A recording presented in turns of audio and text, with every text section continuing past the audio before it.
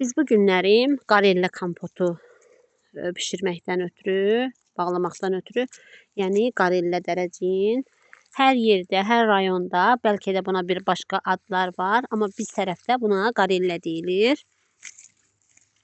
Baxdığınız kimi, baxın görürsünüz belə. Bunların meşədə daha çox olur. Bu bizim öz həyətimizdədir, öz bağçamızdadır. Yəni bunların böyükləri olur, gilanar boyda olanları. Ondan çox gözəl mürəbbəsi çıxır.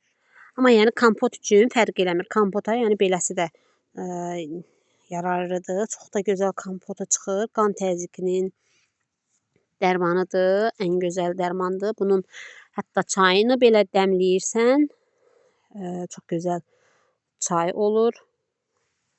Qan təzyiqinin ən birinci dərmanıdır.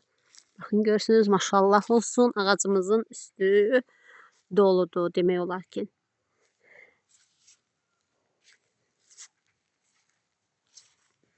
Və biz bu günləri öz həyətimizdən belə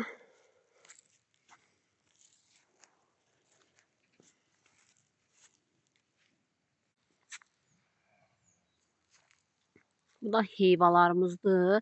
İndi mən bu heyvaları dərib bunlardan çox gözəl kompot və mürəbbə edəcəm.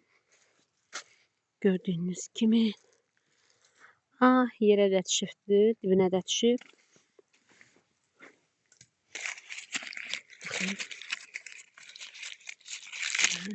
Heyvalardır. Bildiyiniz kimi heyva çox faydalıdır. Həm ürəyin dərmanıdır. Çox gözəl bir meyvədir, cənnət meyvəsidir.